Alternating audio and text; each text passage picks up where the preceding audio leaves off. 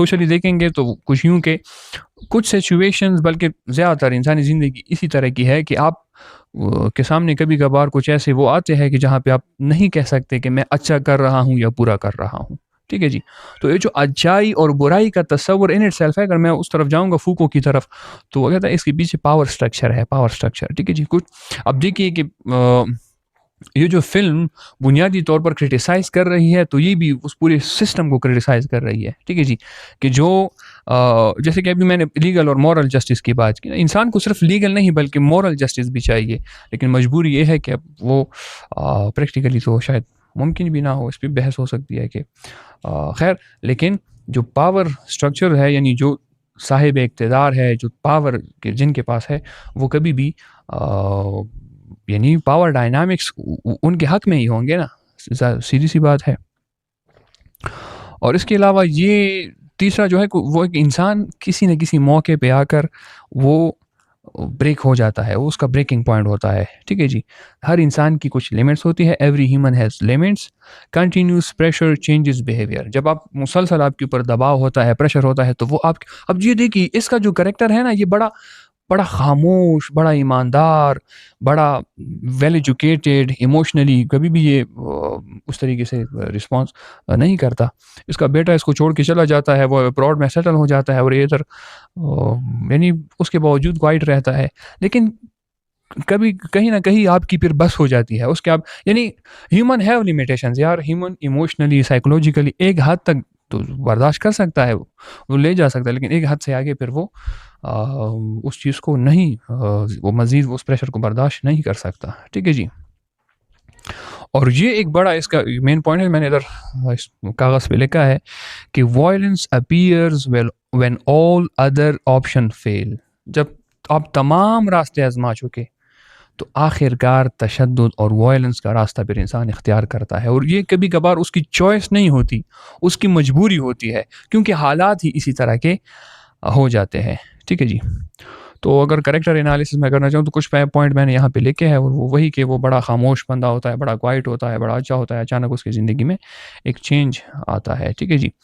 اور یہ ایک چیز ہے کہ انر کنفلکٹ, انسان کے اندر جو تضاد چل رہا ہوتا ہے. ٹھیک ہے جی. تو وہ یہ فلم اس کے اوپر بڑی اچھی کمنٹری کرتی ہے. ٹھیک ہے جی. کہ آپ کے اندر وہ ایک شعر ہے نا کہ ہر ایک آدمی میں ہوتے ہیں 10-20 آدمی. ٹھیک ہے جی. تو ہر انسان کے اندر کچھ تضادات ہوتے ہیں, کچھ کانفلکٹس ہوتے ہیں, اور کبھی کبھار وہ اس کے آگے انسان پھر ہار جاتا ہے. ٹھیک ہے جی. اور اگر میں منی لینڈر جو اس کا ولن ہے مین, تو وہ علامت ہے ایکسپلوئٹیشن کی, سمبل آف ایکسپلوئٹیشن, استحصال, ظلم کی علامت ہے وہ, اور طاقت کا جو غلط استعمال ہوتا ہے, misuse of power, abuse of power, اس کی علامت ہے وہ جو اس کا کریکٹر ہے. ٹھیک ہے جی.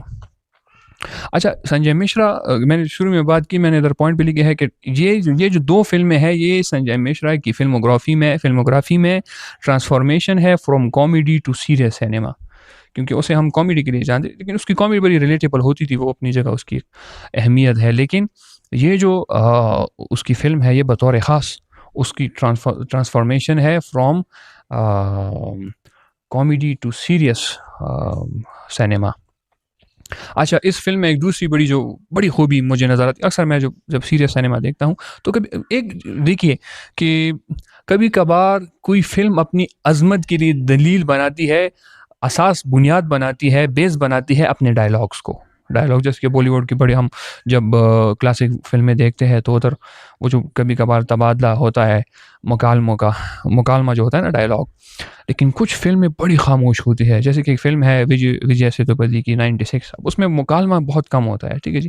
لیکن جو ہوتا ہے مکالمہ بڑا معنی خیز ہوتا ہے, بڑے میننگ فل ہوتا ہے. ٹھیک ہے جی. معذرت اگر میں اردو کی کچھ الفاظ کچھ موٹے میں استعمال کر رہا ہوں تو اس کے لیے میں معذرت چاہتا ہوں.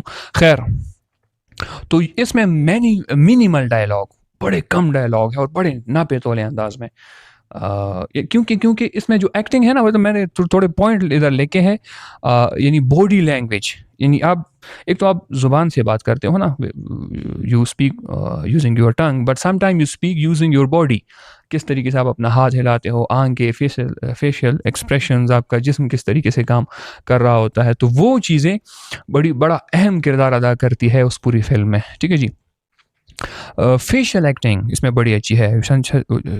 سنجے مشرا جس طریقے سے دیکھ رہا ہوتا ہے, جس طریقے سے ایکسپریشن اس کے چہرے پر آتے ہیں, تو وہ بڑے قیمتی ہوتے ہیں. ٹھیک ہے جی, بڑے وہ میننگ فل ہوتے ہیں, اور وہ سارا وہ سچویشن ہے نا اس کے ساتھ بڑے ریلیونٹ ہوتے ہیں, اور وہ پورا وہ چیز وہ ڈیلیور ہو رہی ہوتی ہے پوری اس کا جو ایسنس ہے جو مووی کا. ٹھیک ہے جی. تو یہ کچھ باتیں تھی اس کے حوالے سے, اور کچھ اور پوائنٹس بھی میں نے ادھر لکھے ہیں. وہ یہ کہ یہ سنجے مشرا کے لیے میرے according to me and according to many other critic, یہ جو ہے تو یہ کیریئر ڈیفائننگ پرفارمنس ہے. کیریئر ڈیفائننگ یعنی اگر ہم سنجے مشرا کو یاد کریں گے آج سے 10 سال بعد بھی, تو یہ ان فلموں کا تذکرہ ضرور آئے گا. ٹھیک ہے جی. تو یہ بڑی اہم ہے, اور یہ بڑا میچور فیز ہے اس کی جو اداکاری کا, اس کی جو جرنی ہے, ایکٹنگ کی جرنی, تو اس کا یہ بڑا میچور فیز سے وہ اب گزر رہے ہے.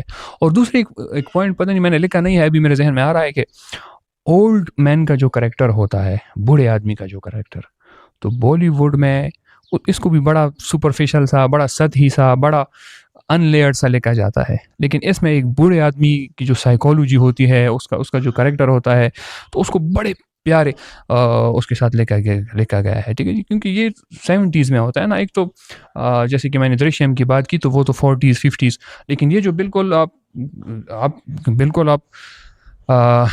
آپ کی جو زندگی کا لاسٹ سٹیج ہوتا ہے, جو بالکل آپ یعنی ارلی اولڈ ایج بھی نہیں ہوتا, بلکہ آپ کا, میں کہنا چاہوں گا کہ بالکل آپ پراپر آپ جب بوڑھے ہوتے ہو, تو اس کے بعد جو انسان کی پرسنالٹی بنتی ہے, اس کی کچھ مسائل بنتے ہیں, کچھ لوگ کچھ اچھے کچھ برے. ٹھیک ہے جی. جیسے کہ گلاب السزا وہ ایک فلم ہے آیوشمان خرانہ, اس میں امیتابھ بچن کا جو کریکٹر ہوتا ہے نا, تو وہ بھی اس بوڑھے شخص کی نفسیات, وہ تو خیر اس کا نیگیٹو وہ دوسرا شیڈ ہے خیر, لیکن امیتابھ بچن سر کی کچھ اچھی فلمیں ہیں, جیسے کہ پیکو بڑی اچھی فلم ہے, یا اسی طرح وہ جس میں وہ وکیل ہوتا ہے, وہ جینڈر اس پہ کہ جو اس پہ بنائی گئی ہے نا. خیر میں نام بول رہا ہوں اس فلم کا, لیکن امیتابھ بچن سر نے بھی کچھ بہت ہی اچھی فلمیں بنائی ہے. خیر تو یہ اس چیز کو بھی بڑے اچھے سے وہ کرتا ہے. ٹھیک ہے جی. تو یہ چند باتیں تھی. اور دوسرا یہ کہ اچھا اس کو میں نے ایک دوسری طریقے سے دیکھنے کی کوشش کی ہے, اور وہ یہ کہ سمبلزم اور ہڈن میننگ, کچھ اس میں بڑی چھپی ہوئی باتیں ہیں, بڑی کچھ چھپی ہوئی میننگ ہے, سمبلزم ہے اس میں. جیسے کہ ہاؤس جو شمبھوناتھ مشرا کا گھر ہوتا ہے, وہ جیل کی طرح, پریزن کی طرح ہوتا ہے. ٹھیک ہے جی. جیل کا یعنی ایسے محسوس ہوتا ہے کہ جیسے وہ ایک جیل کے اندر قید ہے, اور وہ اچھا وت 2 میں جیل. اچھا اب دیکھیے بڑی عجیب سی بات ہے کہ وت 2 میں پھر کیا ہوا کہ پہلے وت 1 میں جو گھر تھا وہ بھی جیل ہی کی طرح تھا اس کے لیے, بس وہ ایک جیل کاٹ رہا تھا کیونکہ بچہ اس کا باہر تھا, اس کی زندگی میں کوئی مقصد تھا نہیں, پرپس لیس وہ زندگی گزار رہا تھا, اور اس میں بڑی تبدیلی, بڑا چینج آ گیا اس کی زندگی میں, کچھ اس سے ہو گیا. لیکن وہ ہاؤس جو ہے تو وہ ایک جیل کی طرح ہے, وہ سمبل ہے قید کا, جیسے کہ آپ کسی چیز میں قید ہو. دوسرا وہ جو ہاؤس ہے وہ فائنینشیل برڈن, معاشی بوجھ کی علامت بھی ہے. ٹھیک ہے جی. یعنی وہ جس طریقے سے اپنے گھر کو وہ ٹریٹ کر رہا ہوتا ہے نا, میں اتنی باریکی میں نہیں جانا چاہتا ویڈیو میں, تو وہ 2 پہ بھی بات کرنے والا تھا, لیکن یہ تو 21 منٹ کی ویڈیو ہو گئی. خیر. اور ایموشنل سفوکیشن, جب آپ سانس نہیں لے پاتے, آپ بالکل آپ کو گھٹن ہوتی ہے. ٹھیک ہے جی. تو اس چیز کی بھی علامت ہے. ٹھیک ہے جی. اسی طرح خاموشی, جو پورے فل فلم میں ایک سائلنس ہے, ایک خاموشی ہے, تو وہ خاموشی سٹوری ٹیلنگ میں, فلم کے کہانی میں بڑا بنیادی رول وہ خاموشی ادا کر رہی ہوتی ہے. ٹھیک ہے جی. اور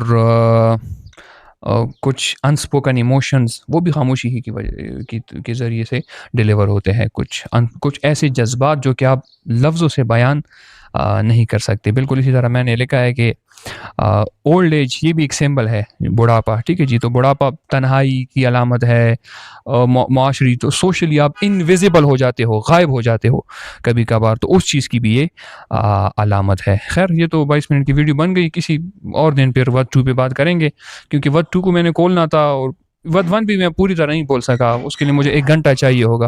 چلو ایک بار پھر سلام, پتہ نہیں, چلو ایک بار پھر آپ سے اجازت لیتے ہیں, بات ہوتی رہے گی.